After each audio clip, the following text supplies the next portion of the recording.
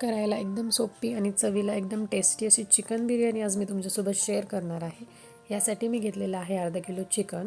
त्यामध्ये घालायचं आहे आले लसणाची पेस्ट, हळद, हिंग, लाल तिखट, धने जिरे पूड, गरम मसाला, दही, बिर्याणी मसाला, कोथिंबीर हे सगळं मिश्रण आपण एकत्र करून घ्यायचं आहे आणि हे 1 तास मॅरिनेट करायला ठेवायचं आहे। तिखट तुम्ही तुमच्या आवश्यकतेनुसार घेऊ शकता। इथे मी मसाल्यासाठी 5 मोठे कांदे उभे चिरून घेतलेले आहे आणि 1 टोमॅटो घेतलेला आहे। राईससाठी बासमती राईस स्वच्छ धुवून अर्धा तास आपल्याला भिजत घालायचा आहे आणि मी थोडासा कांदा ऑलरेडी तळून घेते आहे गार्निशिंगसाठी। आणि कांदा तळून झाला की मग एका पातेल्यामध्ये पाणी गरम करायला ठेवायचं आहे। त्यात थोडेसे खडे मसाले, चवीनुसार मीठ, लिंबू आणि थोडं तेल टाकायचं आहे आणि एक छान उकळी आली की आपल्याला त्याच्यामध्ये राईस घालायचा आहे आणि हा राईस आपल्याला एक 80% शिजवून घ्यायचा आहे।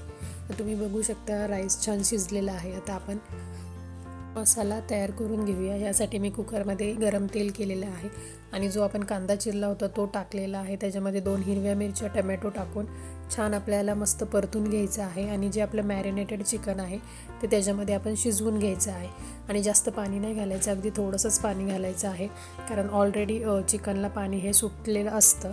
आणि मग चिकन तुम्ही बघू शकता छान शिजलं आहे। ह्याच्यातलं मी थोडं चिकन ना एका प्लेटमध्ये काढलेलं आहे लेयर लावण्यासाठी। तर आता इथे थोडासा भाताचा लेयर लावून घेते आहे मी। अशाच पद्धतीने तुम्ही सेकंड लेयर देखील लावून घेऊ शकता। नंतर थोडंसं वरतून तूप सोडायचं आहे आणि परत 5-1 मिनटं वाफवून घ्यायचं आहे। अशा पद्धतीने आपली चिकन बिर्याणी रेडी झालेली आहे। अशा छान छान रेसिपीसाठी मला नक्की सबस्क्राईब करा।